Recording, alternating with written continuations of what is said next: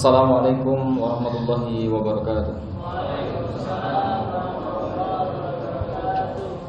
Alhamdulillah, alhamdulillahirabbil alamin, alhamdulillahilladzi bi ni'matihi tatimmus shalihat wa bi fadlihi tatanazzalul khairat wal barakat wa bi fadlihi tahaqqaqul maqasid wal ghayat. Asyhadu an la ilaha illallah wa la syarika la wa asyhadu anna Muhammadan abduhu la nabiyya wa la rasula ba'da. Alhamdulillah, puji syukur kehadirat Allah Subhanahu wa taala, dengan limpahan rahmat taufik beserta hidayahnya kita semuanya dapat melaksanakan ibadah salat wajib, salat Isya, dan dilanjutkan dengan salat tarawih, tentunya dengan keadaan sehat walafiat. Salawat dan salam tak lupa kita aturkan kepada baginda Nabi Muhammad SAW, kepada keluarganya, kepada para sahabatnya, dan para pengikutnya yang senantiasa istiqomah berjuang di jalan agama ini. Jamaah salat Isya yang dirahmati oleh Allah Subhanahu wa taala. Alhamdulillah, hari ini kita masuk malam yang ke-10 insyaallah. Alhamdulillah, 9 hari Ramadan sudah kita jalankan. Selanjutnya akan kami sampaikan sedikit kisah, semoga ini nanti menjadi ibrah ataupun pelajaran untuk meningkatkan ibadah di bulan Ramadan kita. Sebuah kisah yang datang dari negeri Yaman, ya. Kisah yang mengisahkan tentang seorang pemuda yang hidup di zaman Nabi Muhammad SAW, akan tetapi tidak pernah bertemu dengan Nabi Muhammad SAW. Maka beliau ini digolongkan sebagai tabi'in, ya. Hidup di zaman Nabi, meninggal dalam keadaan Islam, akan tetapi belum pernah berjumpa dengan Nabi. Pernah sempat mau berjumpa tapi tidak ketemu sama Nabi. Siapakah dia? Dia adalah Uwais Al-Qarni, ya, seorang pemuda yang hidup di negeri Yaman dekat dengan Mekah pada saat itu. Nah, dia adalah seorang pemuda, seorang hamba Allah Subhanahu wa taala yang namanya terkenal menggaung di seluruh langitannya, yang dikenal oleh seluruh penduduk langit. Akan tetapi la ya'rifuna man huwa fil ardh, akan tetapi manusia yang ada di bumi itu tidak mengenalnya. Ketika dia hidup itu tidak mengenalnya. Bahkan tetangganya pun nggak tahu. Tahu cuma sekedar tahu aja, oh itu Uwais. Dan Uwais ini hidup dengan seorang ibunya yang lumpuh. Dalam sebuah riwayat dikatakan lumpuh, artinya dia tidak bisa berjalan dengan sempurna. Ketika dia berjalan itu sangat kesusahan, ya. Nah, jadi Uwais ini kok bisa dia itu terkenal di penduduk langit, akan tetapi tidak terkenal di dunia oleh manusia di sekitarnya. Bahkan yang lebih menyenangkan lagi dan lebih mentakjubkan lagi, doanya Uwais Al-Qarni ini disebutkan oleh Rasulullah SAW adalah mustajabah. Dia terkabulkan. Dia ketika dia berdoa pasti diterima oleh Allah Subhanahu wa taala. Bahkan ketika Rasulullah itu menyampaikan kepada para sahabatnya, ya, terutama kepada Umar bin Khattab dan Ali bin Abi Thalib, "Hei Umar, hei Ali, jikalau nanti kalian bertemu dengan Uwais Al-Qarni, seorang pemuda dari negeri Yaman yang ia itu punya tanda, ya, bekas penyakit, tandanya itu putih, ada yang mengatakan di telapak tangannya, ada yang di punuknya itu, maka mintalah doa kepada dia, kepada Uwais Al-Qarni ini, agar Uwais Al-Qarni ini mendoakan kalian itu kebaikan kepada Allah Subhanahu wa taala, niscaya akan dikabulkan." Nah, sampai Rasulullah aja mengatakan seperti itu. Padahal Uwais Al-Qarni nggak tahu kalau doanya itu mustajab, ya. Nggak tahu kalau dia itu terkenal di penduduk langit, itu nggak tahu. Rasulullah menyampaikan itu belum disampaikan ke Uwais Al-Qarni. Nah, amalan apa sih yang menjadikan Uwais Al-Qarni ini sebegitu hebatnya? Bahkan doanya sampai mustajabah. Dia itu bukan sahabat, akan tapi dia tabiin karena nggak ketemu sama Nabi. Bahkan sahabat itu bertanya-tanya, siapa dia? Ketemu sama Nabi aja belum, tapi sampai disebut sama Nabi seperti itu, doanya sampai mustajabah. Nah, salah satunya adalah karena memang ibadahnya Uwais Al-Qarni ini, karena dia adalah seorang Islam dan belajar Islam dari Nabi Muhammad SAW, artinya dari para sahabat yang diutus di negeri Yaman. Jadi Uwais Al-Qarni dalam sebuah riwayat juga dikatakan bahwasanya ketika Nabi Muhammad SAW di perang Uhud, ya, yang Rasulullah SAW itu mengalami tekanan, bahkan Rasulullah SAW sampai giginya patah, ya, naik ke atas gunung giginya patah. Dikatakan juga bahwasanya Uwais Al-Qarni ini sampai melukai giginya sampai terluka, biar dia itu merasakan apa yang dirasakan Rasulullah, saking cintanya Uwais Al-Qarni ini kepada Rasulullah Shallallahu Alaihi Wasallam dan menjalankan amalan ibadahnya. Selain itu juga Uwais Al-Qarni adalah seorang pemuda yang terkenal akan baktinya kepada orang tuanya, kepada umminya, kepada ibunya, ya, kepada umminya. Salah satu baktinya adalah ibunya yang sudah tua renta itu mengatakan, "Hei anakku Uwais Al-Qarni, ibu ini punya hajat, punya keinginan. Sebelum ibu ini mati, sebelum ibu ini meninggal maksudnya, ibu ini ingin melaksanakan haji, ya, ingin pergi ke Baitul Haram, ke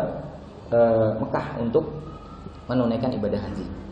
Ibunya kan lumpuh. Uwais Al-Qarni itu adalah orang yang nggak mampu, termasuknya keluarga yang memang tidak mampu. Bahkan untuk menghidupi kehidupan mereka berdua, mereka itu Uwais Al-Qarni ini dia mengembalakan kambing-kambing tetangganya di negeri Yaman itu. Nah gitu. Selanjutnya Uwais berpikir, gimana nih caranya agar aku bisa membawa orang tuaku, agar aku bisa membawa ibuku ke Mekah. Akhirnya Uwais Al-Qarni dengan tabungan uangnya yang sangat tidak cukup, gitu kan, untuk pergi ke sana sekarang.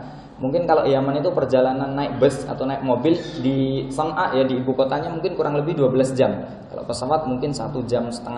Kalau jalan kaki ya lumayan, kalau naik onta lumayan lagi gitu ya. Nah gitu. Makanya Uwais Al-Qarni ini beli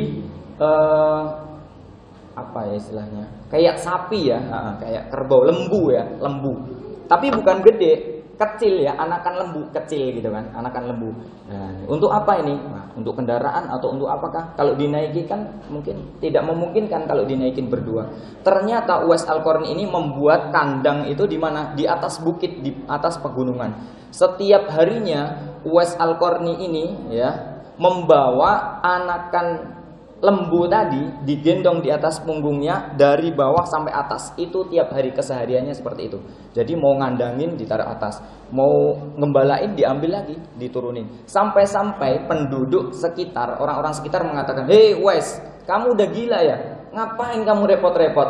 Dibikinin kandang di samping rumah bisa, kok bikin susah kan? Kamu membuat susah dirimu sendiri. Udah, Uwais jalan aja kan." Mereka nggak tahu dia jalan. Dia punya azam yang kuat ya. Aku ingin menghajikan ibuku. Nah gitu. Caranya gimana nanti?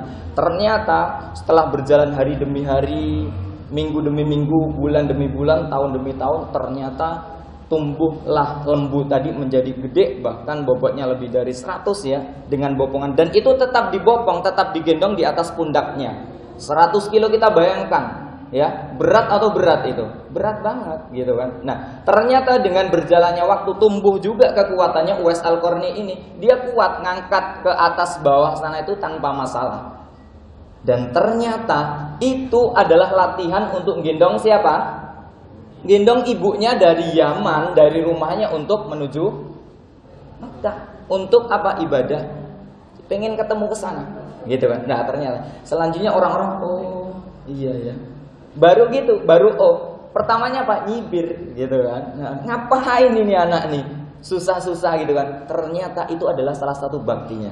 Sampai di sana di depan Ka'bah Uwais itu berdoa, "Ya Allah, ampunilah ibuku, masukkanlah ke dalam surga." Doanya itu terus. Ibunya kaget dong. "Hei Uwais, kamu kok nggak doa untuk kamu sendiri? Padahal dia punya penyakit sopak, seluruh badannya itu penyakitan putih. Kok nggak minta doa sembuh atau minta apa?" "Enggak, Bu.